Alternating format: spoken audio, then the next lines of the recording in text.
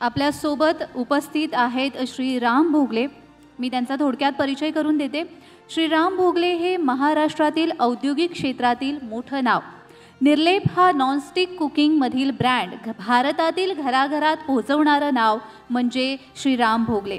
Maharashtra chamber of कॉमर्सचे अध्यक्ष राहिलेले श्री भोगले यांनी CMIA या मराठवाड्यातील औद्योगिक संघटनेला शेतीशी जोडून ती अधिक बळकट करण्यात त्यांचा मोठा वाटा आहे. चौफेर व्यक्तिमत्व असलेल्या श्री राम भोगले यांनी देवगिरी नागरी सहकारी बँकेचं अध्यक्षपद भूषवलेलं आहे. त्यांचं सहकार क्षेत्राबरोबर शैक्षणिक क्षेत्रातही मोठं योगदान आहे. सरस्वती भुवन शिक्षण संस्थेचे अध्यक्ष म्हणून त्यांनी शैक्षणिक क्षेत्रात भरीव योगदान दिलेलं आहे.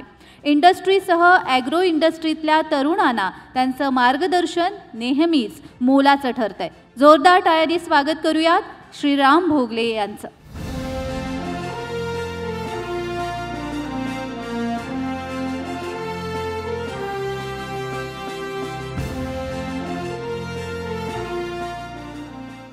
धन्यवाद जानवी. भोगले सर, आपलं स्वागत. धन्यवाद. आणि जसं जानवी म्हणाला की अनेक युवा उद्योजकांच्या शेतकऱ्यांच्या यशोगाथा आपण ऐकल्या. तर मला असं वाटतं की आजच्या कार्यक्रमातले सर्वात युवा उद्योजक राम भोगले सरच आहेत. कारण त्यांचा कार्याचा आवाका पाहता एवढ्या सगळ्या विविध क्षेत्रांमध्ये त्यांचा इतका सहज वावर आहे हे पाहून आजच्या तरुणाईलाही त्याचा हेवा वाटेल. सर, आपण औद्योगिक क्षेत्रात तरुणांसाठी ऑटो क्लस्टर उभारण्यात फार मोठा मोलाचा वाटा उचलला होता. तर असं क्लस्टर शेतीसाठी करता येऊ शकेल का? निश्चितच. ऑटो क्लस्टर ही संकल्पना जी आहे किंवा क्लस्टर ही जी संकल्पना आहे ती पे ॲज यू यूज, म्हणजे तुम्ही गुंतवणूक न करता तुम्ही जेवढा वापर कराल त्या वापरापुरतं मर्यादित पैसे तुम्ही द्यायचे. औद्योगिक क्षेत्रात अनेक यंत्र अशी असतात की जिथे इंडिव्हिज्युअली छोटे उद्योग त्याच्यात गुंतवणूक करू शकत नाहीत. 2-2, 5-5 कोटी रुपये किंमत असते आणि महिन्याभरात मोठ्या मुश्किलीने 8 किंवा 10 तास वापर उद्योग करतो. तर असे अनेक उद्योग जेव्हा त्याचा 8-8, 10-10 तास वापर करतात तेव्हा ते परवडतं. आणि त्याच्यातली गुंतवणूक करून क्लस्टर म्हणून जर तुम्ही ते वापरायला सुरुवात केली तर या सगळ्या उद्योगांना आधुनिक तंत्रज्ञानाचा वापर करता येतो आणि त्याचा उपयोग आजूबाजूची इंडस्ट्रियल ग्रोथ होण्याकरता होतो. शेती क्षेत्रातही ही संकल्पना सहजपणे वापरता येईल आणि खरं म्हणजे वापरण्याची खूप गरज आहे. अनेक गोष्टी ज्या भाड्याने घेतल्या जातात शेती करता त्या खाजगी व्यवसाय म्हणून केला जातो.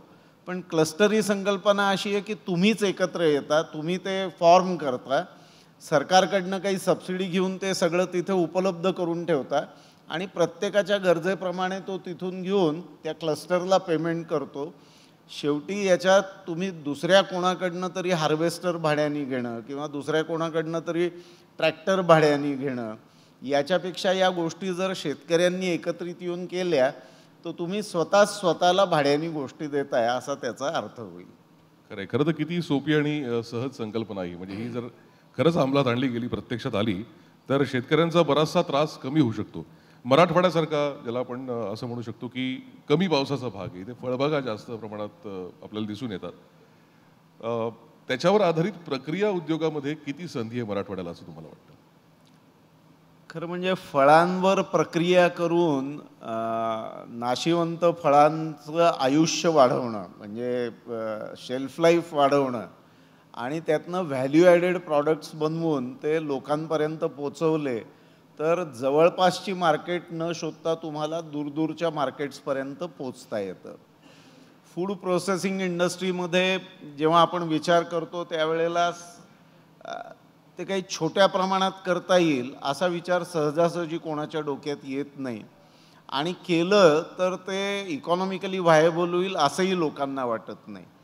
पण खरं सांगायचं म्हणजे CFTRI म्हैसूरची जी संस्था आहे यांनी अनेक अशा टेक्नॉलॉजी डेव्हलप केल्यात की जिथे 5-7 शेतकरी एकत्र आले किंवा एखादा 20-25 एकराचा शेतकरी असेल तो गुंतवणूक करून आपल्या शेतात एक 10,000 स्क्वेअर फुटावर एक छोटीशी प्रोसेसिंग इंडस्ट्री निर्माण करू शकतो. याच्यात फार मोठ्या गुंतवणुकी करण्याची गरज नाही आहे. पण त्यांनी एक होतं की फळ तुमचं एकत्रितपणे खूप मोठ्या प्रमाणावर बाजारात जेव्हा जातं तेव्हा त्याचे भाव पडतात, पण तुम्ही त्याला प्रोसेस करून त्याचं आयुष्य वाढवलं तर तुम्हाला योग्य किंमत आणि योग्य मार्केटपर्यंत पोचण्याची संधी आहे. त्यामुळे ही जी एक संकल्पना आहे की तंत्रज्ञान वापरायचं असेल तर खूप मोठ्या प्रमाणावर गुंतवणूक करावी लागेल, तर मोठी गुंतवणूक होते, त्याचा उपयोग आहे, मोठ्या प्रमाणावर ब्रँड्सना त्यातनं सप्लाय होतं, पण छोट्या गुंतवणुकीतनंही हे सगळं करणं सहज शक्य आहे. फ्रूट पल्प प्रचंड मागणी आहे, फ्रूट ड्रिंक्स करता खूप मोठ्या प्रमाणावर मागणी आहे. कन्सॉलिडेट करून विकणारी बरीच मंडळी आहेत, म्हणजे छोट्या छोट्या लोकांकडनं ते योग्य पद्धतीने केलेलं असेल तर विकत घेऊन आणि मग मोठ्या प्रमाणावर एक्सपोर्ट करणारी मंडळी आहेत. यांच्याशी आपल्याला कसं जोडून घेता येईल याचा विचार करणं फार आवश्यक आहे. मँगो पल्प आहे. आता मँगो पल्प मला आठवतो कोकणात आमच्या लहानपणी जो आंबा सर्वात शेवटी शिल्लक राहायचा, जो बाजारात विकायला जाऊ शकायचा नाही, 15-16 मे नंतर काही आंबा कोकणातनं मुंबईला पोचण्याची शक्यता नव्हती, तर या चक्क आंब्याचा रस काढून आंब्याच्या पोळ्या केल्या जायच्या. काय करायचं, ताटलीत टाकायचा रस आणि सूर्याच्या उन्हात ठेवून द्यायचा. म्हणजे सिंपल फ्रूट प्रोसेसिंग असं मी त्याला म्हणेन, की इतकी साधी गोष्ट होती, पण ती आंबापोळी वर्षभर टिकायची. तर हा जो याच्या मागचा जो विचार आहे, हा विचार घेऊन शेतकऱ्यांनी जर आपल्या आजूबाजूला छोट्या छोट्या गुंतवणुकी करायला सुरुवात केली तर त्यांच्या फळांना बाजारात खूप मोठ्या प्रमाणावर फळं आल्यामुळे जो भाव मिळत नाही त्यातनं त्यांची सुटका होऊ शकेल. म्हणजे गरज असतील तेवढी फळं विकली, बाकीची प्रोसेस करून पुढे विकायला ठेवून दिली. कदाचित प्रोसेस केलेल्या फळांना जास्त भाव मिळू शकतो. अगदी मिळतोच, कारण जेव्हा शॉर्टेज असतं तेव्हा ती विकली जातात, त्यावेळेला भाव वाढलेले असतात. आणि प्रोसेसिंग केल्यामुळेही एकंदरीत लोकांचा त्याच्याकडे बघण्याचा दृष्टिकोन बदलल्यामुळे त्याला जास्ती भाव मिळण्याची शक्यता असते. खरंय. सर, मुख्यमंत्र्यांनी नदीजोड प्रकल्पाची घोषणा मध्यंतरी केली होती, त्याचा कितपत फायदा मराठवाड्याला मिळू शकेल असं तुम्हाला वाटतंय? पाणी एका ठिकाणाहून दुसऱ्या ठिकाणी नेण्याकरताची व्यवस्था करणं आणि अधिक प्रमाणात जिथे पाणी आहे तिथून ते पाणी जिथे तुटीचा भाग आहे तिथे नेणं, ही संकल्पना अतिशय महत्त्वाची आहे. ती वेळोवेळी सरकारने त्याच्यावरती विचार केलेला आहे, पण ती त्या क्षणी व्हायबल होत नाही. म्हणजे इकॉनॉमिक व्हायबिलिटी जेव्हा काढली जाते अशा योजनांची, त्यावेळेला असं दिसतं की योजना व्हायबल नाही आहे. आणि मग एकीकडे ती योजना व्हायबल नाही म्हणून आपण 10-15 हजार कोटी रुपये घालणं टाळतो आणि दुसरीकडे दुष्काळी भागातल्या शेतकऱ्यांना दर वर्षा 2 वर्षांनी 3-4 हजार कोटी रुपये कॉम्पेन्सेशन म्हणून देतो. तर इकॉनॉमिक व्हायबिलिटी ही ते पाणी वापरून लोक त्याचे किती पैसे देतील शेतकरी असा विचार न करता, ज्या शेतकऱ्यांना डिस्ट्रेसमध्ये सरकारला दर 2-4 वर्षांनी मदत वाटावी लागते आणि जिथे पूर आल्यामुळे मदत वाटावी लागते, तर ते पुराचं पाणी जर तुम्ही दुष्काळी भागात नेऊ शकलात तर त्याची व्हायबिलिटी निश्चित आहे, कारण त्यामुळे पुरामुळे होणारं नुकसान टळतं आणि दुष्काळामुळे होणारं नुकसान टळतं.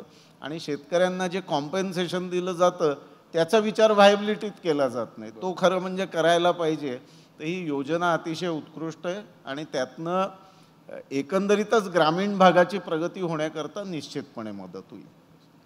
दुसरं एक अत्यंत महत्त्वाचं म्हणजे आपण दिवसभर आज AI आणि तंत्रज्ञान याविषयी बोलतोच आहोत, तर कोरडवाहू शेतीसाठी AIचा कसा वापर करता येऊ शकेल? खरं म्हणजे AI असं म्हटलं की मनात एक भीती निर्माण होते की बापरे, हे काय आर्टिफिशियल इंटेलिजन्स. पण आर्टिफिशियल इंटेलिजन्स जसं इथे कुलकर्णी सरांनी सांगितलं की प्रचंड माहितीचा आढावा घेऊन त्यातली योग्य माहिती एकत्रित करून ते तुम्हाला सांगतं.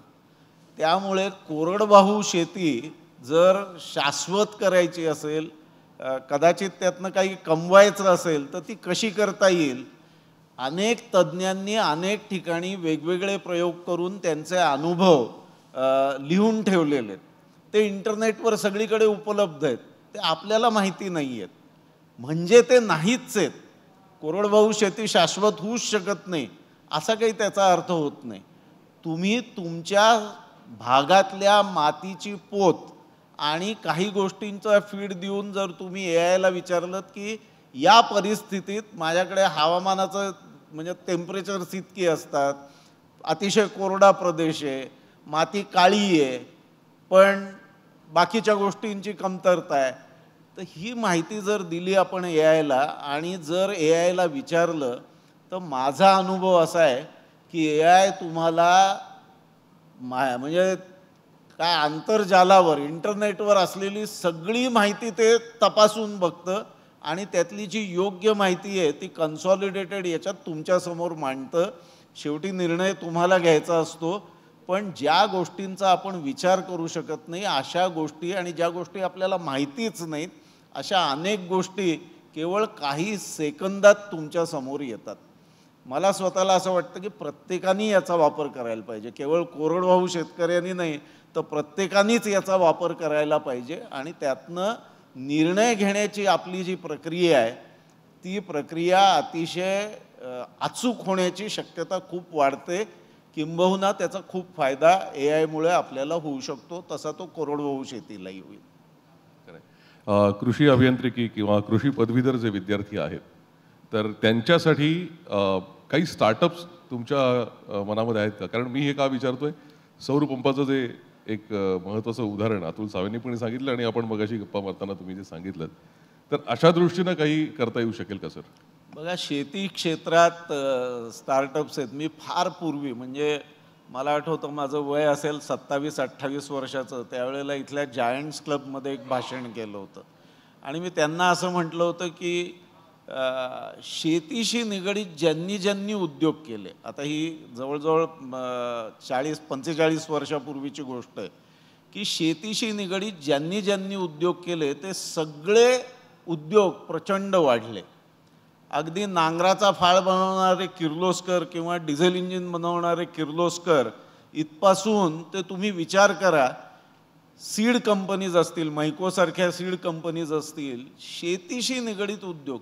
म्हणजे शेती हा एवढा प्रचंड उद्योग आहे. एक म्हणतात की सरकारशी उद्योग केला तर तुम्ही वाढता आणि दुसरं मी असं म्हणतो की शेतकऱ्यांशी उद्योग केला तर तुम्ही निश्चितपणे वाढता. त्यामुळे शेतीशी संबंधातली स्टार्टअप्स जी आहेत ना, या स्टार्टअप्सना खूप मोठा आहे. मगाशी अतुल सावेंनी उल्लेख केला इथे सोलार पंप्स. आता या सोलार पंप स्कीमला 2014-15मध्ये सरकारसमोर मांडण्याचं काम मी जेव्हा केलं तेव्हा विजू अण्णा बोराडे असतील, वसंतराव देशमुख असतील, आमचे त्र्यंबकराव पाथरीकर असतील, जैन इरिगेशनचे भवरलालजी जैन असतील, किर्लोस्कर ब्रदर्सचे संजय किर्लोस्कर असतील, या सगळ्यांशी चर्चा करून एक स्कीम सरकारसमोर मांडली.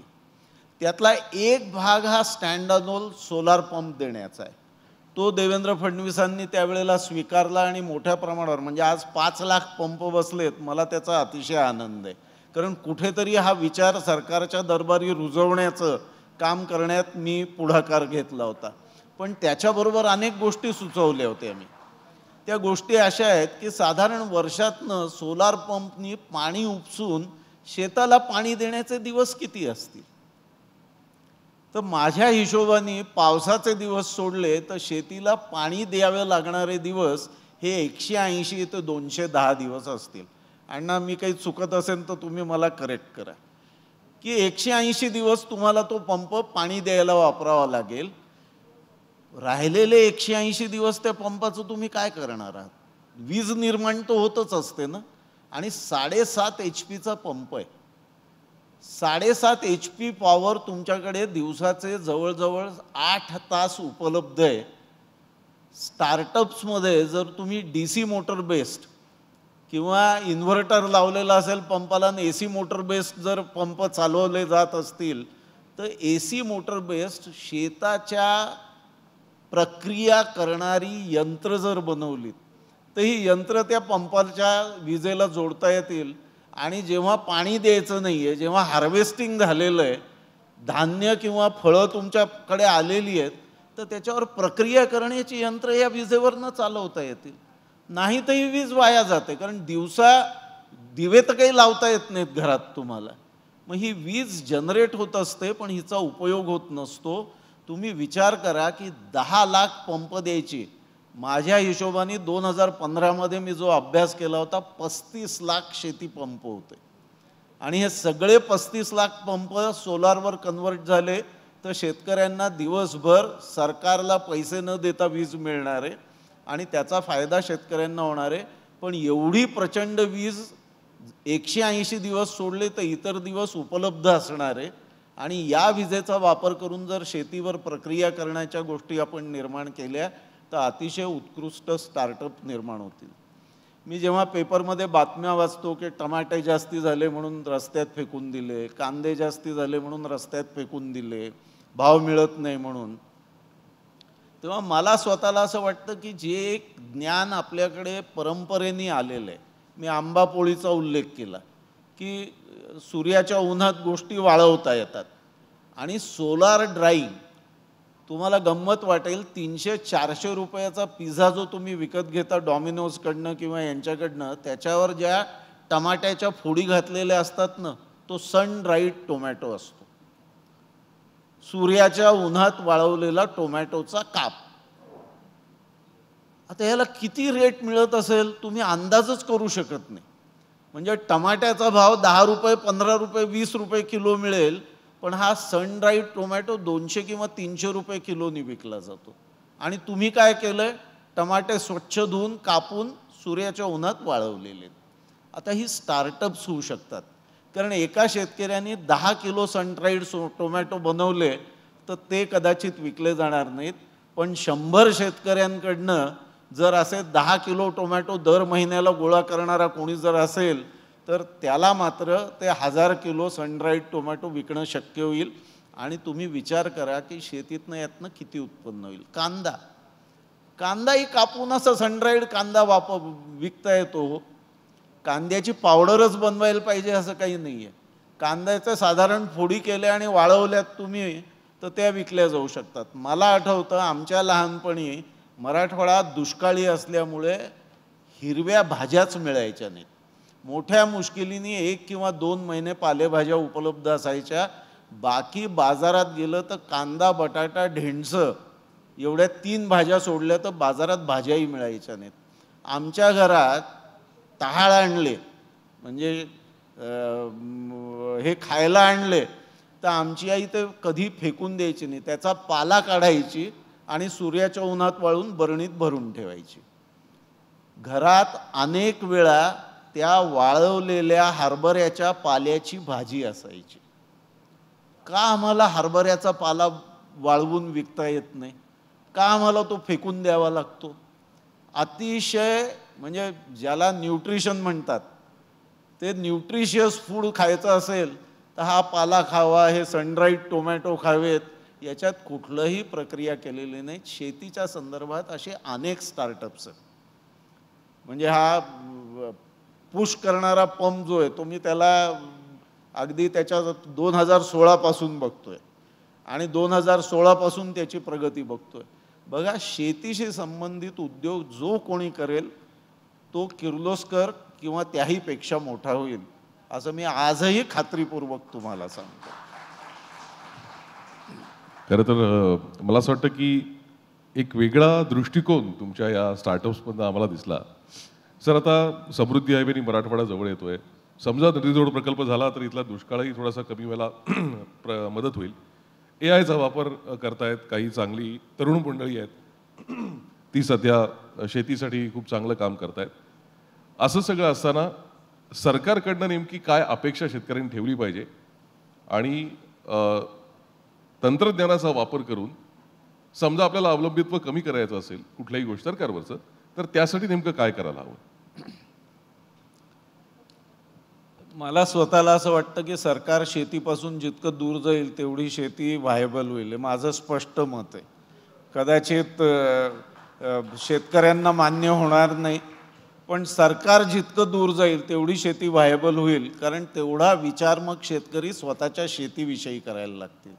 आज दुर्दैवाने अनेक लोकांच्या सांगण्यावरनं, प्रॉमिसेसवरनं आपल्या शेतीच्या विचारापेक्षा सबसिडी काय मिळेल याचा विचार जास्ती असतो. मला अतिवृष्टी झाली म्हणून काही मिळवता येईल का, मला अमुक म्हणून काही मिळवता येईल का असा विचार असतो. आणि अनेक वेळा सबसिडी मिळते म्हणून जी काही यंत्रतंत्र आपण विकत घेतो ती कुठून तरी इम्पोर्ट केलेली असतात, ती चालतच नाहीत. म्हणजे स्वस्तात मिळालंय तरी न चालणारी गोष्ट घरात आणून कशा करता ठेवायची शेतीत, ते केवळ स्वस्तात मिळालंय म्हणून आणलेलं आहे. तर या गोष्टींपासून सरकारने दूर जावं, त्यांनी शेतकऱ्यांना एम्पॉवर करावं, म्हणजे वीज पूर्ण वेळ मिळेल याची खात्री करावी, खताची उपलब्धता असेल याची खात्री करावी, सीड्स स्पुरियस मिळणार नाहीत याची खात्री करावी. या सगळ्या गोष्टी कराव्यात. पण शेतकऱ्याला कुबड्या देणं बंद करावं. ज्या दिवशी सरकार हे करेल आणि जे दिवशी शेतकऱ्याला हे वाटेल की मीच माझा तारणहार आहे, सरकार माझं तारणहार नाही, कुठलाही नेता माझा तारणहार नाही, मलाच शिकावं लागणार आहे की आता या बदललेल्या परिस्थितीत शेती कशी करायची आहे, त्या दिवशी शेतकरी सक्षम होईल. तर सरकारकडनं एवढीच अपेक्षा आहे की तुम्ही सगळं इन्फ्रास्ट्रक्चर उभं करा, पण कृपा करून शेतकऱ्यापासून दूर राहा. हे माझं मत आहे. पटेल न पटेल, पण शांतपणे विचार करा आणि तुमच्या असं लक्षात येईल की ज्या दिवशी सरकार एखाद्या गोष्टीपासून दूर जातं त्या दिवशी ती गोष्ट जास्ती चांगल्या पद्धतीने देशात उभी राहते. हा आपला अनुभव आहे, फक्त आपण तसा विचार करत नाही. आणि दुसरी गोष्ट आहे की हे हायवेज वगैरे जे निर्माण होत आहेत ना, या हायवेजच्या बरोबर त्याच्या आजूबाजूला जे काही इकोसिस्टीम लागतं, म्हणजे समृद्धी हायवेवरनं मला जर JNPT पोर्टमध्ये माल पाठवायचा असेल तर मला एक कंटेनर लोड ज्याच्यात 20 टन किंवा 40 टन माल भरतो तेवढा माल त्याच्यात भरण्याकरता असला पाहिजे माझ्याकडे. मग याच्याकरता ज्या इकोसिस्टीम्स करायच्या आहेत आणि तो माल जर मला परदेशात पाठवायचा असेल तर तो तिथपर्यंत टिकला पाहिजे, चांगल्या अवस्थेत पोचला पाहिजे. याच्याकरता ज्या इकोसिस्टीम्स आहेत या इकोसिस्टीम्सच्या बाबतीत शेतकऱ्यांमध्ये अवेअरनेस क्रिएट केला पाहिजे. परत शेतकऱ्यांना उचलून देऊ नका, पण अवेअरनेस क्रिएट करा, त्यांना एकत्र येण्याची जाणीव द्या आणि त्यातनं करा. कोऑपरेटिव्ह ही इतकी चांगली मूवमेंट होती. दुर्दैवाने महाराष्ट्रात तरी शेतीच्या संदर्भातल्या कोऑपरेटिव्ह मूवमेंटमध्ये प्रचंड अडचणी निर्माण झाल्या आहेत, पण त्या मानव निर्मित आहेत. कोऑपरेटिव्हचा दोष नाही आहे, तिथे काम करणाऱ्या मंडळींचा तो दोष आहे. आणि तिसरी गोष्ट, मला स्वतःला असं वाटतं की मी जे बघतो शेती, अण्णा इथे, वसंतराव इथे, 3 प्रकारचे शेतकरी मी बघतो.